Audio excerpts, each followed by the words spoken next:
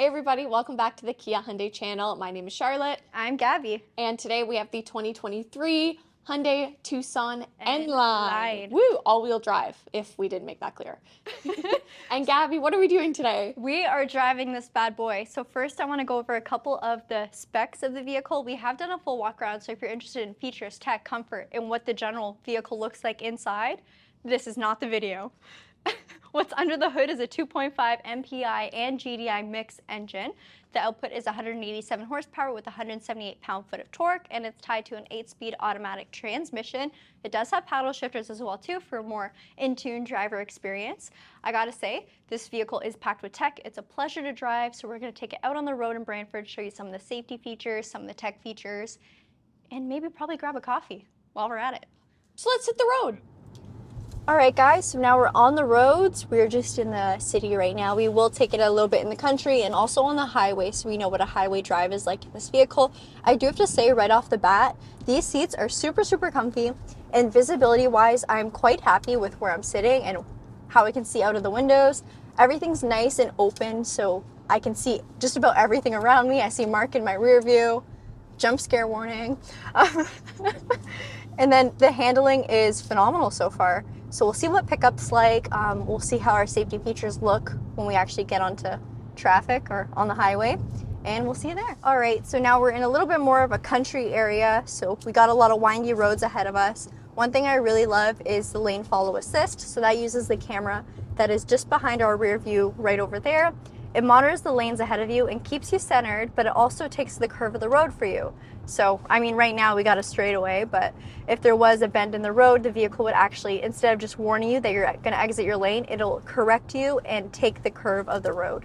I absolutely love that feature so much. I think it's very seamless. I actually always leave that feature on and turn the lane warning off, so the lane departure warning, because that drives me nuts.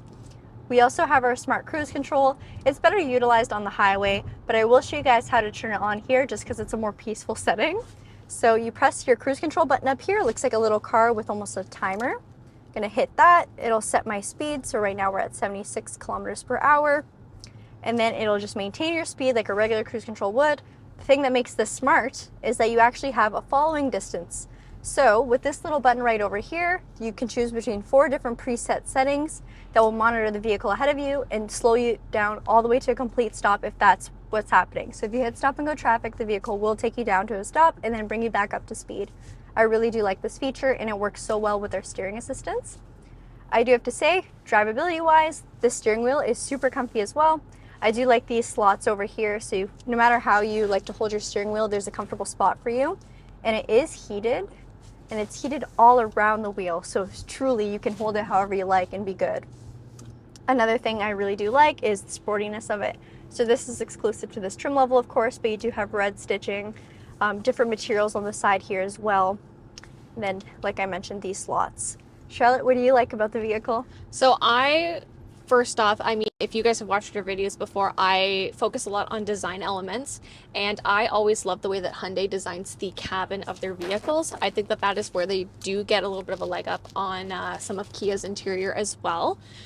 So I love, first of all, the visibility. It's nice and easy. I'm sitting up nice and high, so I don't feel claustrophobic by any sense, even though we do have a nice big sunroof, which can limit actually the actual height of the vehicle. It still feels very open. I can see everything. Obviously, I'm not driving right now, but when it comes to checking blind spots, the pillars aren't in the way or anything like that as well, so that is something that's great. I also love that I have my vents right here, and everything is seamlessly integrated. If you take a look at it, everything wraps around from right in front of me to the door, very continuous motion. It looks very sleek. It looks very sporty as well, and I think that is a great touch. These are cloth seats, and they're very comfortable. They are a mix of cloth and leather, actually, I'll say, but the bulk of it, of course, is going to be cloth. And something that I love about the way that Kia and Hyundai both do their cloth seats is they both heat up very, very quick. As someone who really values having their heated seat on, especially right now, it is super comfortable. Now, Gabby has the luxury of having a powered seat, in the passenger seat, my seat is fully manual.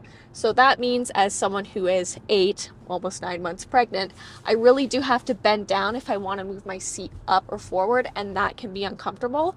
So that is something to consider. In that respect, it does not pass the pregnancy test. But I also love the way that the center console is designed. You have your dual screens here, the stacking of screens. So of course, huge interface here that's easy for both Gabby and myself to use. We have cup holders here, and they're placed in a very convenient location. I know a lot of people are probably like, you know, they're cup holders, like anywhere they are is convenient. But it's just, they're easy to reach. So that way when I'm getting in, if I have a drink, I'm not spilling it over myself, I'm not spilling it in the car. It actually is quite comfortable. Another just little thing that I will point out is I love the look of piano black when it comes to encasing the screens. It is, however, a fingerprint magnet. So I know something both myself and Gabby do is we have those little glasses cleaning cloths, and sometimes if it gets too fingerprinty, we will use that to clean it up. So keep that in mind with you too. But other than that, super comfortable vehicle to be in, whether you're the passenger or whether you're the driver too. So. All right, before we hit the highway, I just wanted to add a few more things I've noticed. This is the competitor to the Sportage, right? The Kia Sportage.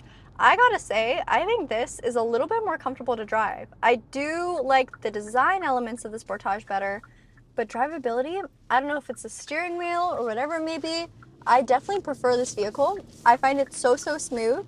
The responsiveness of the 2.5 is not bad. I know a lot of people like to complain that it's a bit sluggish. I don't really experience that. One thing I always like to point out with our 2.5 naturally aspirated engines, you do have drive mode select. So if I were to switch this into sport mode, it is instantly much more responsive. You also have a smart mode, an eco mode, and a normal mode as well too.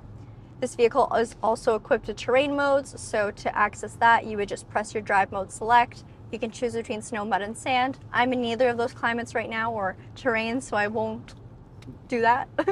But it does play around with your torque distribution for your all-wheel drive system to help you out in those situations. It'll also change your engine, powertrain, just the general operation of the vehicle to help you out if you were in those conditions. Now we will see you guys next on the highway. All right guys, we just got onto the highway. It's actually quite busy right now for Brantford traffic. I don't know where you guys are from, but this is pretty busy. So I'm going to show you guys how to activate your smart cruise control. What you want to do is press your little button that we showed earlier. And then we're at 92 kilometers per hour right now. The speed limit is 100, so I'm just gonna bring it up to 100 right now. And then we're on the third furthest following distance, or for third closest. To get a little bit closer, I'm just gonna hit this button over here, and now we're gonna go to distance number 2. It's gonna inch forward a little bit, and you can see on our main display there, it's picking up the car ahead of us and showing us a blue line. Once we hit that blue line, it won't proceed to go, it won't get any closer. So you know exactly where you're at, and if you ever want to adjust it, you certainly can. So now we're hopping off the highway. That was a very short highway drive. I do have to say the pickup was quite good. I was in sport mode, mind you, to get onto the highway. I definitely recommend, if you do have a heavy foot, move it into sport mode. That will satisfy you a little bit more. It's definitely not the fastest vehicle, but there's definitely ways around it for sure. Fuel efficiency is quite good as well too, so that is always a win, especially with today's gas prices. I think that just about sums up today's test drive video. Charlotte, do you have anything to add about the Tucson N-Line? Anything to add? I think when it comes to this vehicle, I think it's gonna surprise a lot of people, like what you were saying with how sporty it is in the pickup that it has, but where I'm always surprised and where I'm always impressed is definitely with the cabin and the actual comfort features. So I think everything, it's a very comfortable and a very interesting amalgamation to create a very interesting vehicle. So interesting concept. So big word. Thank you. Triple word score on Scrabble. Thank you guys so much for watching. We will see you next video. We'll go live every Monday and Thursday as well too, so stay tuned because we are getting quite a few interesting cars. Woohoo!